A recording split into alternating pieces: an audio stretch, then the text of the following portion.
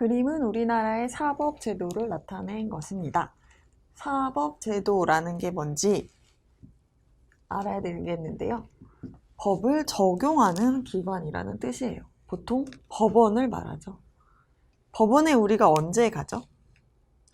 사람들 사이에 어떤 일이 해결이 안 될 때, 이게 지금처럼 국가가 없는 상황이라면은 어쨌건 이 둘이 해결을 봐야겠지만 이제는 국가가 있죠.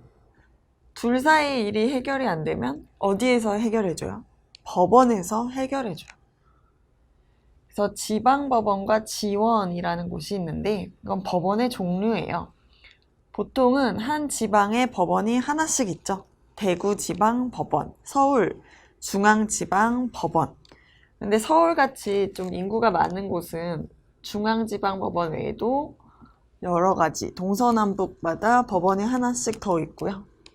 대구 같은 곳도 큰 도시라서 대구지방법원 외에 서부 이런 곳에 또 법원이 또 있죠. 어쨌든 지원은 더 작은 지방의 법원을 지원이라고 해요. 이를테면 공주라는 곳이 있죠. 충청도 공주는 더 규모가 작기 때문에 공주 지원을 둬요. 그래서 이건 다 같은 법원이 한 종류라는 걸로 알아두시면 돼요. 그래서 법을 적용하는 법원이 이렇게 있는데 보니까 항소를 하기도 하고 상고를 하기도 하네요. 이게 뭘까요? 우리나라는 3심제 구도를 띠고 있죠. 그래서 1심 법원을 지방법원 혹은 지원에서 지역별로 담당을 해주고요. 이 법원에서 결정을 하잖아요. 어떤 판결을 내려요. 이 둘이 싸웠어요. 너 나한테 돈 빌려갔으니까 1,000,000원 갚아라. 그러면 얘는 싫다. 안 갚는다. 뭐 이렇게 할 수 있겠죠. 그렇게 해서 법원이 A와 B가 소송한다고 했을 때 B는 A에게 1,000,000원을 갚아야 된다. 뭐 이런 판결을 내렸다고 해요. 너 보니까 차용증도 있고 돈 빌린 거 맞는 것 같아. 갚아야겠어, 돈을. 갚아라. 라는 결정을 했어요. 그게 바로 판결이에요. 법원에서 하는 결정을 이런 큰 거, 소송에 대한 전체적인 큰 결정을 판결이라고 불러요. 이 판결에 대해서 A는 만족할 수 있겠죠. 역시 우리나라 좋은 나라야. 자, 법원에서 네가 나한테 돈 주라는 판결 내렸으니까 빨리 돈 줘. 할 수 있겠죠. 그런데 이 B 입장에서는 억울할 수 있잖아요. 나 안 줘도 될 것 같은데? 뭐 진짜 빌렸는지 안 빌렸는지는 둘만 아는 일일 테니까. 이렇게 만약에 B가 그래 알았어 갚을게 하고 이 단계에서 소송을 끝낼 수도 있지만 이 패소한 사람, 소송에서 진 사람, 1,000,000원을 갚아야 되는 사람의 입장에서는 한 번 더 판단을 받아볼 수 있죠. 그게 바로 항소예요. 소송 결과에 항의한다는 거죠. 나 1심 법원의 판결에 복종하지 않을 거야. 따르지 않을 거야. 불복할 거야. 라고 하면은 이제 나는 고등법원이라는 데로 가요. 그런데 모든 사건이 다 고등법원으로 가는 건 아니고 간단한 사건은 지방법원에서 했던 간단한 사건들은 다시 지방법원에서 하기도 해요. 이건 간단한 사건들. 큰 사건은 고등법원으로 가요. 그럼 고등법원에 갔더니 그래도 여전히 B야 A한테 1,000,000원 갚아라 라는 판결을 했어요. 고등법원에서. 그러면 이제 B는 어떻게 해야 되죠? 포기할 수도 있지만 한 번 더 판결을 받아볼 수가 있어요. 왜? 3심제를 하고 있기 때문에. 아까 이 고등법원의 판결이 2심이었던 거고 한 번 더 내가 판단해줘 라고 하는 걸 바로 상고라는 말을 써요. 그럼 여기가 바로 대법원이겠죠. 우리나라의 모든 3심, 마지막 최종심은 대법원에서 해요. 2심은 아까 나눠질 수 있다고 했죠. 고등법원이랑 지방법원으로 나눠질 수 있어요. 근데 3심은 똑같아요. 다 대법원에서 만나요. 그런데 여기 항고와 재항고 이건 뭘까? 이건 좀 어려운 개념인데 아까 이 1,000,000원 갚아라 이렇게 크게 결정이 전체적인 최종 결론이 판결이라는 용어를 썼죠. 근데 이 소송을 하다 보면 짜실짜실하게 자잘자잘하게 이 판결 안에 소규모의 작은 결정이나 명령이 나올 수 있어요.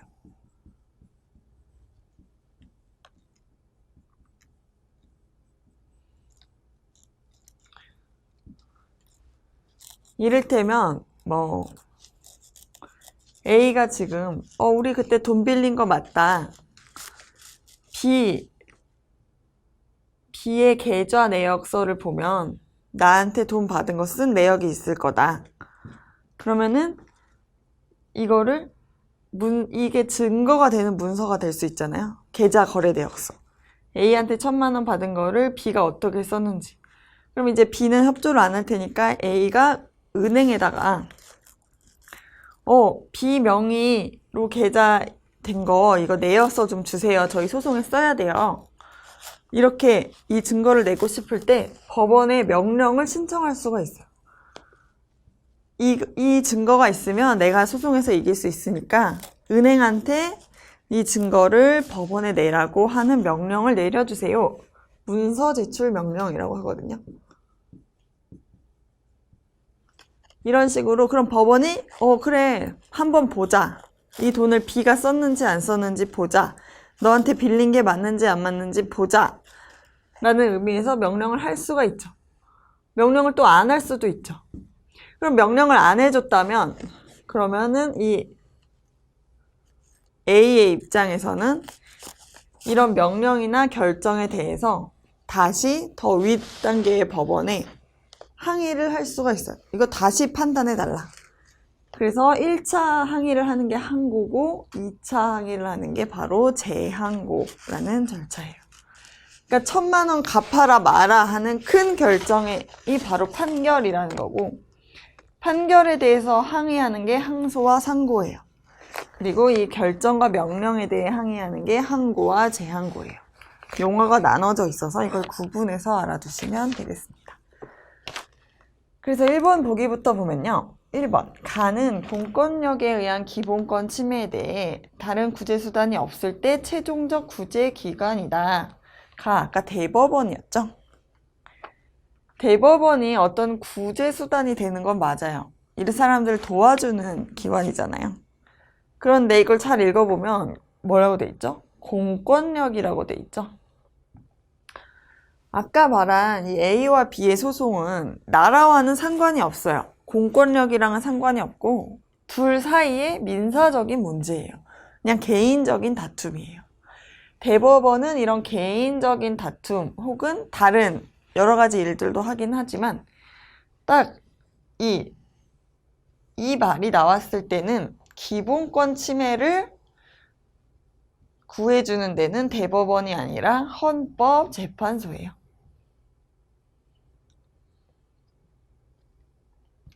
그래서 이거는 좀 다른 개념이다. 대법원이랑 헌법재판소는 이렇게 좀 하는 일이 달라요.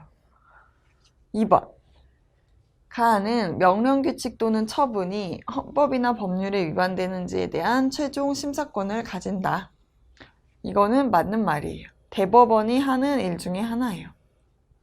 아까 기본권 침해가 있을 때는 헌법재판소로 가야 된다 그랬잖아요. 그런데 이거는 왜 또 대법원일까요? 이렇게 그냥 나눠 놓은 거예요. 우리 일을 나누자. 공권력에 의한 기본권 침해가 있을 때는 헌법재판소에서 하고 명령규칙이나 처분이 헌법이나 법률에 위반되는지는 이제 대법원에서 심사하도록 하자. 이렇게 업무를 나눠놨어요.